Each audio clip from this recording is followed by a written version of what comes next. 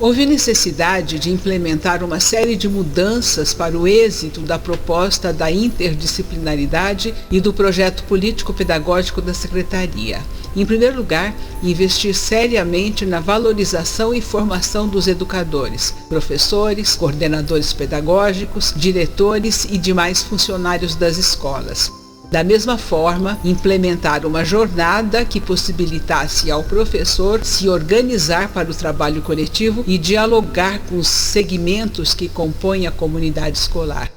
Foi necessário também estabelecer parcerias com as universidades, repensar as áreas de conhecimento e suas relações e as formas de ensinar e avaliar os alunos, e ainda redimensionar o uso dos espaços escolares como espaços de aprendizagem, incluída aí a sala de leitura. A Ana Saul, que era a nossa coordenadora, que era uma freiriana, né? Uma freiriana, professora da PUC, hoje ela trabalha na Cátedra Paulo Freire da PUC, ela nos dizia assim, que a reorientação curricular,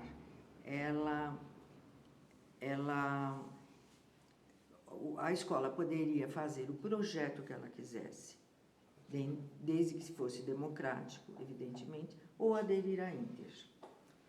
E que haveria um programa de formação continuada, bastante da Inter. Foi muito debatido, porque nós fazíamos reuniões enormes, né, para tomada de decisões. Nós já estávamos num caminho de gestão democrática de colegiados bastante interessante, e eles nos apresentaram essa proposta. Foi muito debatida com muita gente dos NAI, desses núcleos regionais, nós do DOT, e alguns representantes de escola.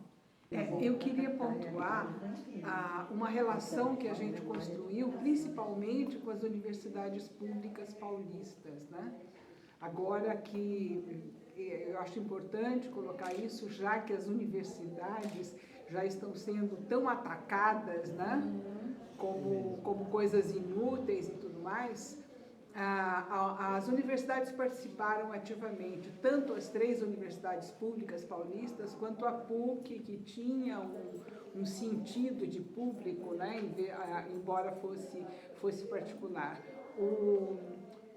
Em primeiro lugar, os assessores, né, que se envolveram com a gente na discussão das propostas, que se envolveram semanalmente quase, ou quinzenalmente pelo menos, né, na discussão das questões trazidas pelos componentes das equipes pedagógicas, né, dos núcleos, e no processo de formação, porque foi realmente uma situação em que a gente foi obrigado a se voltar para estudar, para ler, para se formar, né?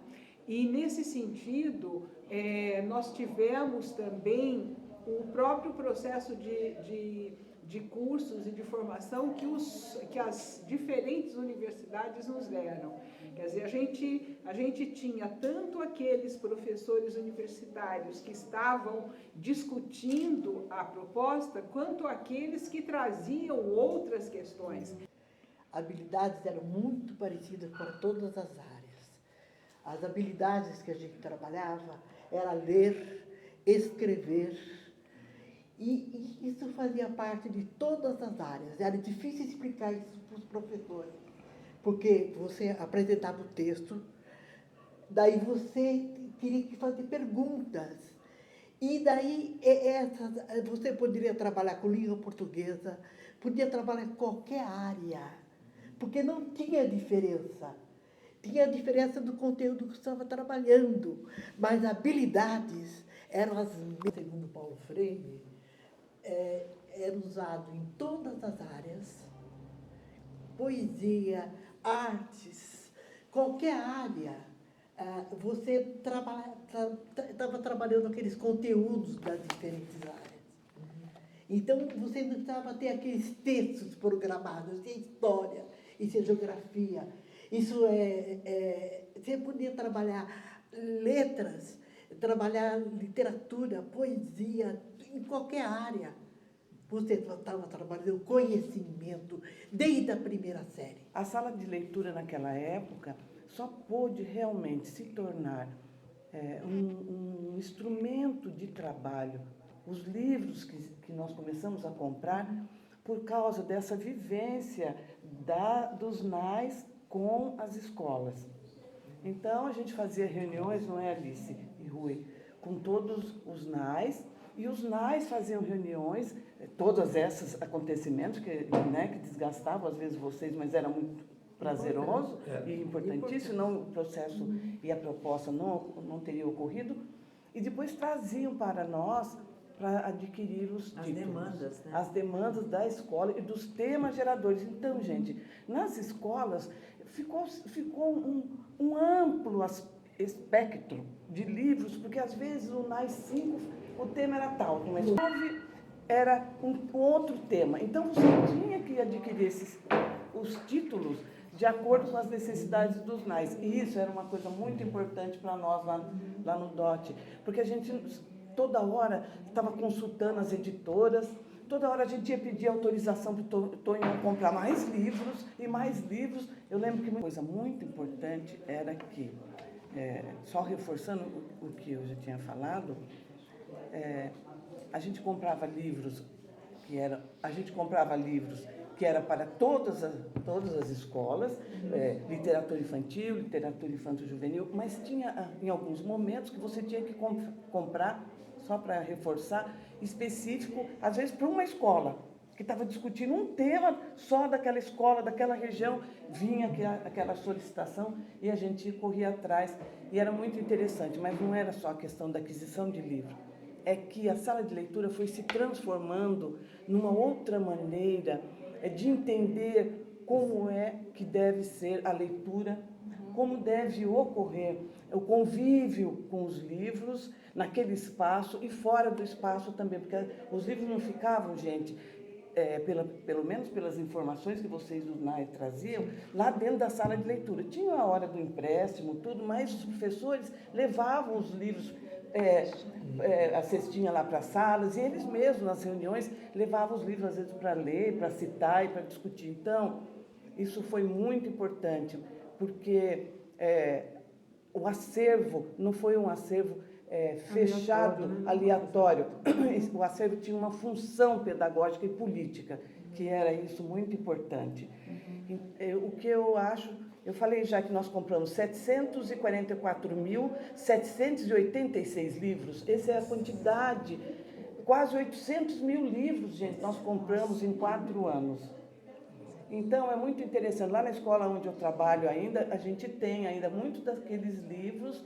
E depois chegaram alguns outros livros das outras administrações, mas nunca foi como a nossa, inclusive com a função, a importância do livro no sentido de que ele tinha um objetivo. Não era uma compra por comprar ou porque tinha que pegar aquele dinheiro que estava especificado para comprar livro, não. É porque tinha uma função social, uma função pedagógica e política. No caso da sala de leitura em específico, né, eu diria assim, a gente teve grandes conquistas. A Vânia falou da questão do acervo, que, né, pela primeira vez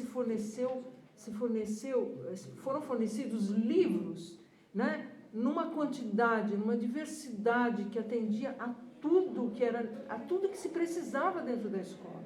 E com um objetivo, que era um objetivo realmente era pedagógico e ao mesmo tempo era político, né, porque você dava sustentação para um projeto e ao mesmo tempo você criou-se uma legislação para a sala de leitura que previa que a sala de leitura tivesse realmente um profissional capacitado para atuar junto aos alunos, para ser um pouco aquele que seria um elo de ligação entre as várias disciplinas também, porque ele estando na sala de leitura e tendo acesso e tendo, né, o trabalho com aquela diversidade de acervo que ele tinha, né, era muito importante que ele estivesse em contato com o professor de geografia, que ele pudesse dar orientações para o professor de geografia, de história, de matemática, de português, enfim. Né?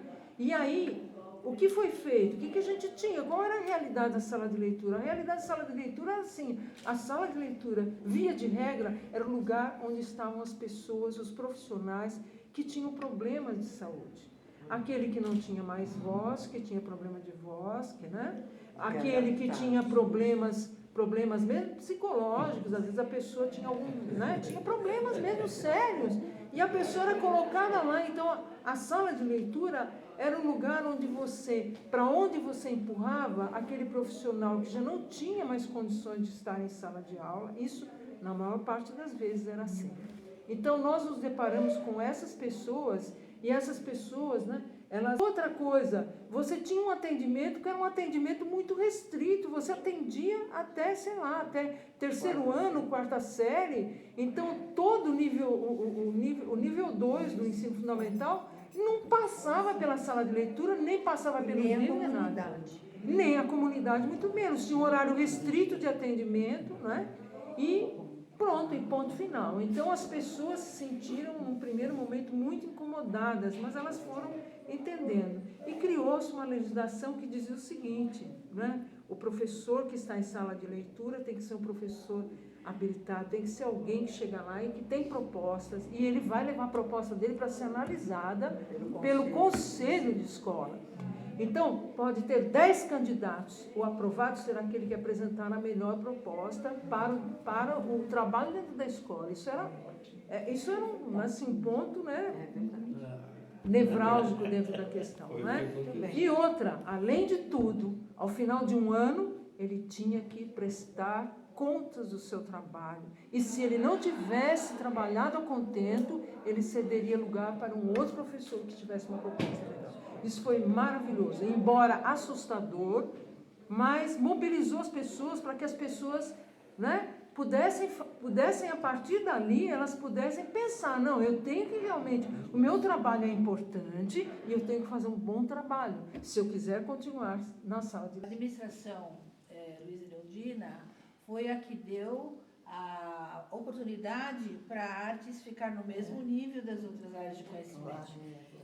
Foram muitas discussões, nós construímos juntos uma proposta de artes que incluía as 4 linguagens, mas assim, é importante a gente dizer que nessas discussões a gente sempre ficava de fora, porque a gente era festeira, E a partir desse momento, a área de artes passou a integrar essas discussões importantes da escola, entre aspas, e foi um momento muito, muito importante e que desvendou para o mundo, na verdade, porque as escolas aqui em São Paulo e no Brasil não tinham esse hábito de pensar sobre a arte como conteúdo, a arte como beleza, a arte, o fazer arte como conhecimento. E na nossa estada pela administração, a gente abriu isso para todos os NAIs, E a partir disso também a gente vê o pós-governo Luiz Erundina, as escolas como um todo começaram a pipocar essa vontade de trabalhar com a arte desde a educação infantil. A gente vê hoje um grande movimento bonito, dentro da rede municipal e para a rede brasileira. Então, quando a gente pensa toda essa reestruturação curricular, quando a gente vê os professores em conflito, aquele conflito cognitivo, e agora, para onde eu vou? A gente pensa que a administração estava focando só nisso, mas não. Isso que era mais interessante, que essa equipe aqui estava nesta ação. A outra equipe, que também já foi gravado aqui para a Rádio Madalena, falava da questão da gestão, falava da questão do regimento, falava da questão da jornada. Naquele tempo, eu sou professora de ciências, eu tinha 18 horas aulas e 2 horas atividade. Acabou. Eu era professora taxista, eu entrava na escola, baixava o negócio, levantava o negócio e ia embora. Eu não falava com amigo meu, eu não tinha tempo para conversar com o aluno, com o pai, com ninguém. O que a administração fez? Jornadas dignas de trabalho. jornadas onde o professor ele não era exclusivo. Provavelmente a gente ia acabar virando exclusivo, né? Mas naquele tempo a gente não era exclusivo, mas a gente tinha uma enorme jornada.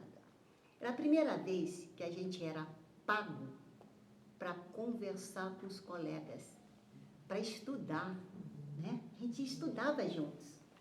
A gente era pago para conversar com os alunos. A gente tirava grupinho de alunos de sala de aula para conversar, para explicar para eles algumas coisas que eram fundamentais nas relações humanas, né?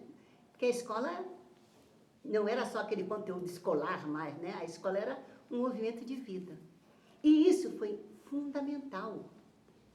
Sem essa mudança de jornada, sem essas questões políticas, nós tivemos uma valorização financeira mesmo. Tivemos aumento de salário, aumento significativo. Eu, na época, saí do Estado. Eu tinha o Estado e a Prefeitura. Na época, eu saí do Estado. Para quê? Vou ficar na Prefeitura, né, que me permite viver numa escola só, né, e ganhando de uma forma mais digna e podendo estudar, conversar com meus colegas, combinar projeto com o professor. Isso não teve